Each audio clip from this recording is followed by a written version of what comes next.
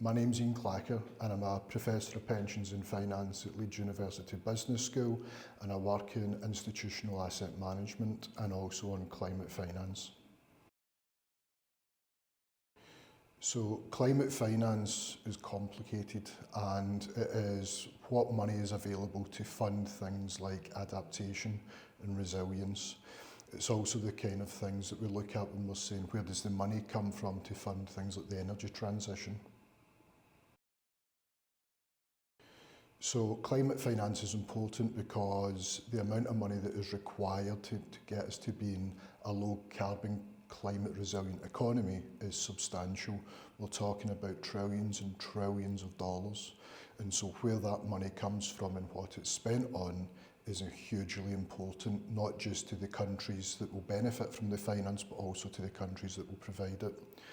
And climate finance and finance generally has been creeping up the COP agenda since COP29, where there was the first finance day. Finance has always been part of the COP discussions, but it's accelerating now because it becomes ever more urgent. And for every year that we delay the kind of mobilisation of this capital, the higher the cost becomes, and also the cost of not just the finance, but the impacts that we see globally. So the new Collective Quantified Goal is to try and set a pathway for the provision of finance between 2025 to 2030. And it's about trying to put a floor in of $100 billion a year and growing the pot of money that's available for these kind of climate finance projects, whether that's adaptation and resilience or the kind of investments that could actually make people lots of money through funding new technologies and innovations in, say, carbon capture and storage or solar and so on.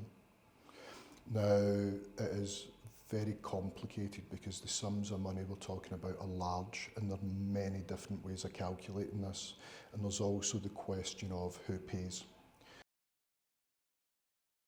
So the original group of countries that were involved in this were the UK, the US, the EU and so on, and the principle was that developed countries would contribute to a common fund through lots of different public finance mechanisms and aid and so on, and that would then be used to fund the climate transition in developing and emerging markets. So what has changed over that time period is the significant growth in other economies, particularly in China and the Gulf states. And so there is now a very live debate about who should contribute to this pot of money and why. And it becomes increasingly difficult because who should be included and who should be excluded can be calculated in lots of different ways. So is it on absolute carbon emissions? Is it on per capita carbon emissions? Is it on gross national income? Is it gross national income per capita? So when we were back in 1992, there was a very clear way of identifying who should contribute. Now it's become somewhat more muddied because there are people from that original cohort, all of whom should contribute, but there are now other countries that have emerged that should potentially be contributing to this in some way.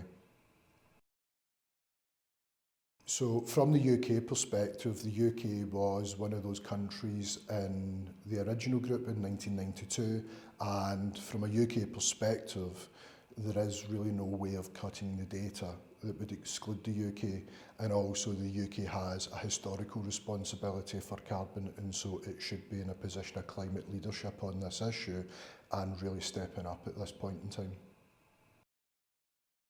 One of the big things that I would like to see this year discussed and get some agreement on is this idea of common but differentiated responsibility, because I think that will move the politics of this much further, because it's an acknowledgement that everybody's got a responsibility, but everybody has not got the same starting point.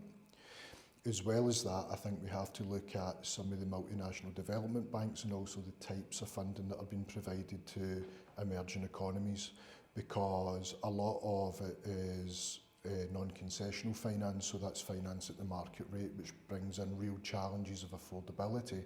So I think we've got to really also focus on what concessional finance, which has got much greater affordability, can start to really be accelerated into the system. Following COP29, what I expect to see is not a lot of progress, which is really disappointing.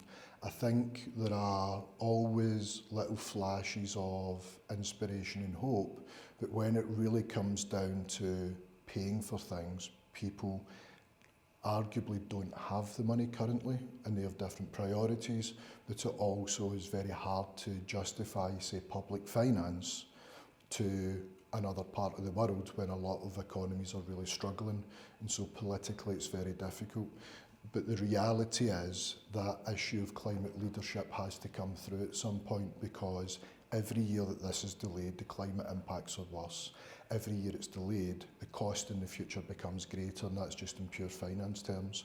So I would really like to see that floor of 100 billion being agreed and met between now and 2030, but with ambitious, much more ambitious goals in place, because the history of this is that those targets are always missed.